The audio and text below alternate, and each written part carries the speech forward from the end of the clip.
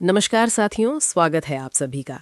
आज बात एक ऐसे घटनाक्रम की है जिसने भारत की सामरिक क्षमता को एक नई ऊंचाई पर पहुंचा दिया है। हाल ही में भारत ने एक ऐसी मिसाइल का परीक्षण किया है जिस पर चीन लंबे समय से नजर बनाए हुए था। इससे पहले भी आपने सुना होगा कि भारत ने ब्रह्मोस मिसाइल की रेंज बढ़ाई है, लेकिन इस बार मामला उससे कहीं आगे का है। इस बार भारत ने समुद्र की गहराई में मौजूद न्यूक्लियर पावर्ड सबमरीन से बिना सतह पर किसी तरह की हलचल पैदा किए अचानक एक मिसाइल को लॉन्च किया। न कोई जहाज दिखाई देता है, न कोई धुआं, न कोई संकेत। शांत समुद्र के नीचे से मिसाइल निकलती है और कुछ ही क्षणों में अपने लक्ष्य की दिशा में बढ़ जाती है। इस तरह की मिसाइलें केवल हथियार नहीं होती, बल्कि ये एक संदेश होती हैं कि भारत अब केवल जवाब देने वाला देश नहीं रहा, बल्कि ऐसी क्षमता रखता है कि दुश्मन हमला करने से पहले कई बार सोचे। इस मिसाइल की मारक क्षमता इतनी अधिक है कि इसके दायरे में बीजिंग, शंघाई, चेंगदू जैसे बड़े चीनी शहर आ जाते हैं। इसके साथ ही पाकिस्तान और पश्चिम एशिया के कई महत्वपूर्ण इलाके भी इसकी पहुंच में हैं। अब सवाल उठता है कि आखिर इसकी जरूरत क्यों पड़ी।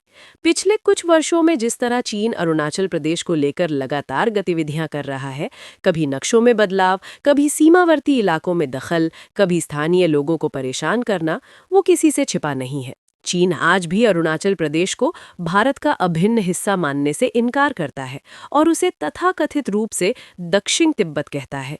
ये केवल शब्दों का विवाद नहीं है, बल्कि इसके पीछे एक लंबी रणनीति काम कर रही है।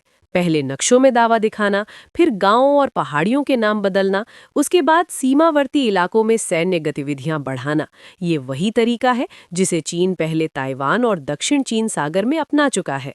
अरुणाचल प्रदेश भारत के लिए केवल एक सीमावर्ती राज्य नहीं है, बल्कि सामरिक दृष्टि से बेहद संवेदनशील इलाका है। यहाँ किसी भी तरह का असंतुलन पूरे पूर्वोत्तर भारत की सुरक्षा को प्रभावित कर सकता है। इसी कारण चीन इस क्षेत्र पर लगातार दबाव बनाने की कोशिश करता रहा है। अमेरिकी रक्षा विश्लेषणों में भी ये आशंका जताई गई है कि भविष्य में चीन अरुणाचल प्रदेश को लेकर दबाव बनाने की कोशिश कर सकता है। ऐसे में भारत के लिए जरूरी हो गया था कि वो केवल जमीन तक सीमित न रहे, बल्कि अपनी सैन्य तैयारी को उस स्तर तक ले जाए जहां किसी भी टकराव की स्थिति में पलड़ा पूरी तरह भारत के पक्ष में हो। यही वजह है कि भारत ने अपनी रणनीति को जमीन से आगे बढ़ाकर समुद्र तक पहुंचाया। संदेश साफ था, अगर सीमा पर दबाव बनाया गया तो जवाब केवल पहाड़ों से नहीं, बल्कि समुद्र की गहराइयों से भी दिया जा सकता है। इसी रणनीति के तहत समुद्र की गहराई से मिसाइल लॉन्च करने की क्षमता विकसित की गई। ये परीक्षण न्यूक्लियर पावर्ड सबमरीन से किया गया, जो महीनों तक बिना सतह पर आए समुद्र के भीतर रह सकती है। ऐसी सबमरीन को ट्रैक करना दुश्मन के लिए लगभग नामुमकिन होता है। इस मिसाइल की रेंज लगभग 3500 किलोमीटर है और ये भारी न्यूक्लियर वॉरहेड ले जाने में सक्षम है। इसे इस तरह डिजाइन किया गया है कि ये पानी के भीतर अत्यधिक दबाव, तापमान और घर्षण को झेलते हुए भी पूरी शक्ति के साथ बाहर निकल सके। पानी के भीतर से मिसाइल लॉन्च करना तकनीकी रूप से बेहद कठिन माना जाता है, क्योंकि पानी आग और ऊर्जा को दबा देता है। इसके बावजूद भारत ने इस तकनीक में सफलता हासिल की है और यही कारण है कि दुनिया के बहुत कम देशों के पास ये क्षमता मौजूद है। ये पूरी मिसाइल प्रणाली स्वदेशी तकनीक से विकसित की गई है। इसका मतलब ये है कि भारत अब रक्षा के क्षेत्र में आत्मनिर्भरता की दिशा में तेजी से आगे बढ़ रहा है। आने वाले समय में इसकी रेंज और मारक क्षमता को और बढ़ाने की योजना पर भी काम चल रहा है।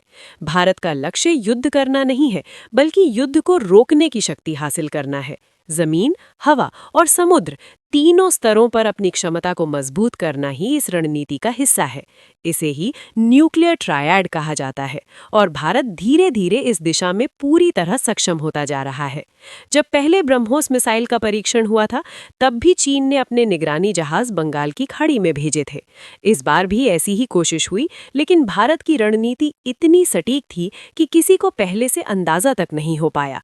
ये केवल एक मिसाइल परीक्षण नहीं था, ये भारत के आत्मविश्वास, तकनीकी शक्ति और रणनीतिक सोच का प्रदर्शन था और ये साफ संकेत था कि अब किसी भी मोर्चे पर दबाव बनाने से पहले सामने वाले को 100 बार सोचना होगा। अंत में उन सभी वैज्ञानिकों, इंजीनियरों और सुरक्षा बलों को नमन जो बिना किसी प्रचार के दिन रात देश की सुरक्षा के लिए काम कर रहे हैं। उन्हीं की मेहनत ही भारत को सुरक्षित, सक्षम और आत्मनिर्भर बनाती है।